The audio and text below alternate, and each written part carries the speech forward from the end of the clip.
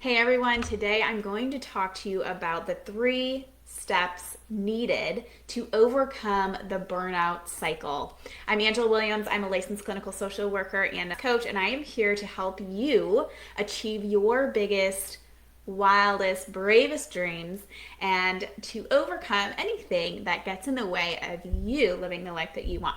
All right, so let's get started and talk about burnout.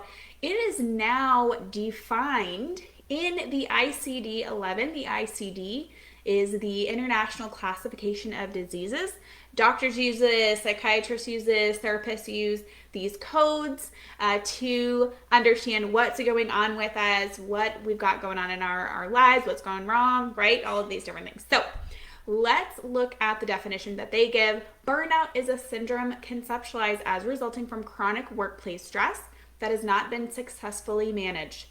It is characterized by 3 dimensions: feelings of energy depletion or exhaustion, increased mental distance from one's job, or feelings of negativism or cynicism related to one's job, and reduced professional efficacy.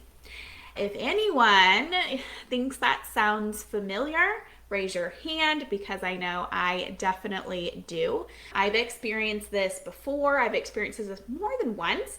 And this is why I call it the burnout cycle. So I want to address, first of all, how we identify it, how we can overcome it, how we can apply my 3-pronged approach to addressing and overcoming this burnout cycle, right? Because we want to end it once and for all. We don't want to just take care of it for once and have it come back.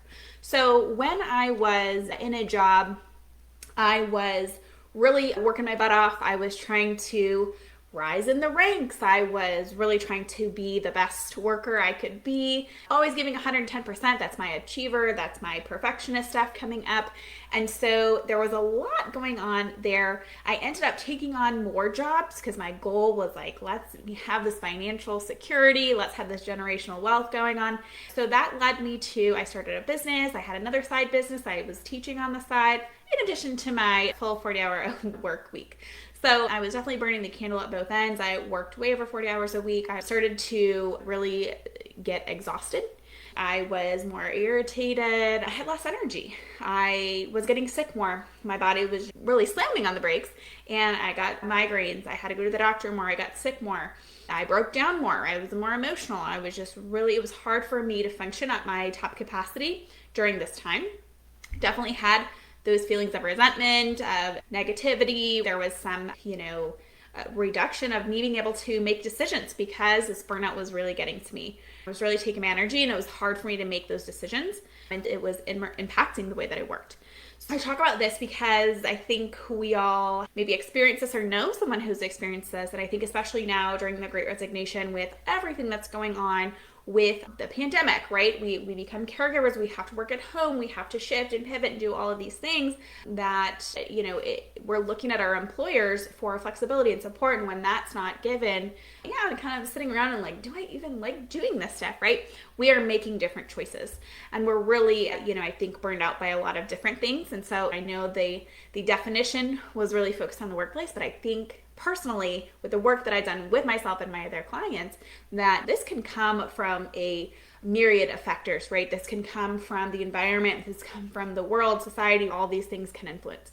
So I want to share my 3-pronged approach of how we're going to take a look at addressing this and overcoming this, right? So I first want to say, that getting out of the burnout cycle can be some complicated work and may require that one-on-one coaching support, which I would love to give you. I love working with clients in that we have great breakthroughs in understanding, again, why this is showing up, why it continues to show up, and how to restructure our schedules, get our time back, get our peace back, right? Find the things that we enjoy. And so we've had a lot of success doing that. And so if you require that one-on-one support, please don't hesitate to reach out and talk to me. We can see if that's a good fit and what your needs are and if I can support you with that. But I want to talk about, in general, how we look at this 3-pronged approach to addressing burnout, the burnout cycle. So I use a past, present, and future approach. Now, we want to look at the past first. I talk about this also with some great examples in the podcast that I released today. So go ahead and check that out. That's episode 23. and that is Banishing Burnout. So go ahead, look up the Bigger Braver Life show, download the episode, listen in. I share my story in depth. I share some examples from Jay-Z. It's really a fun one, right? But I want to talk about looking at the past. So we have to understand how we got here today, right? We know we have some awareness this is happening. We can identify that by those criteria. We're exhausted. We might be frustrated. We might be checking out. We might be getting sick. Our hair might be falling out, right? All these different things. Our body's telling us, hey, this is not cool. But we have to understand where we came from for this. And so it's looking at the past. What beliefs were passed down to you from previous generations? What's the environment? What's the modeling been looking like for you? What does it look like for you in the way of hustle culture, in the way of what does hard work mean? How do you get money? Looking at all of those beliefs, and it's so enlightening and helpful when you can get a finger on, okay, this is why. This is where it started. I also want to bring in, a little bit too, that females from the beginning of time have been taught to, in our culture, have been taught to be passive, perfect, caretaking, people pleasing. And so we're giving up a lot of our freedom and our energy, maybe doing things that we don't want to do inside of work, inside of home, within our friends, right? All of that. So we have to also consider those societal contexts when we're thinking about that. Okay, so we're noticing the past, we're understanding what's bringing this belief, this thought process that we have to work, that we have to sacrifice ourselves, that we have to prove something, whatever that might be, right? So we have to understand where that's coming from. We also need to understand how that's impacting us now and what are the ways that we can go about making some changes. And again, this might be more so the one-on-one context, and I'm happy to provide that coaching. I have an opportunity coming up that I'm going to share. It could be a one-on-one basis, or we can do it in this masterclass. But see where people-pleasing is coming in. See where it's coming in at work versus home. And then take a look at how our mental chatter, our mindset, how those things are playing into what's going on every single day. So we take the beliefs from before, and then we have these like managers or these things that are trying to protect us, these parts of us, these feelings, these beliefs have created that are trying to protect us. And so it may say mean things like, you can't take a break, you're being lazy, right? Like how often has that popped up? Or, if you don't do this, or you're not good enough, right? So it comes in all these different contexts. So we need to really understand where we're at with that now and then address it, right? And I'm going to talk more about that in a second. But the other piece to that third prong, that future prong, is going to be looking at the future. What do you desire? How do you want your life to look instead? And sometimes it just feels like we need to relieve this pain, right? But that's not it. We need to have a clearer vision for the future and what that looks like. For me, that was getting freedom in my schedule. So when I opened my own business, right, I had freedom over my schedule. But because of some of those beliefs and some of those limitations that I carried through and that were modeled to me, I still felt like I couldn't give myself 100% of that freedom, even though I was in charge and I made the rules.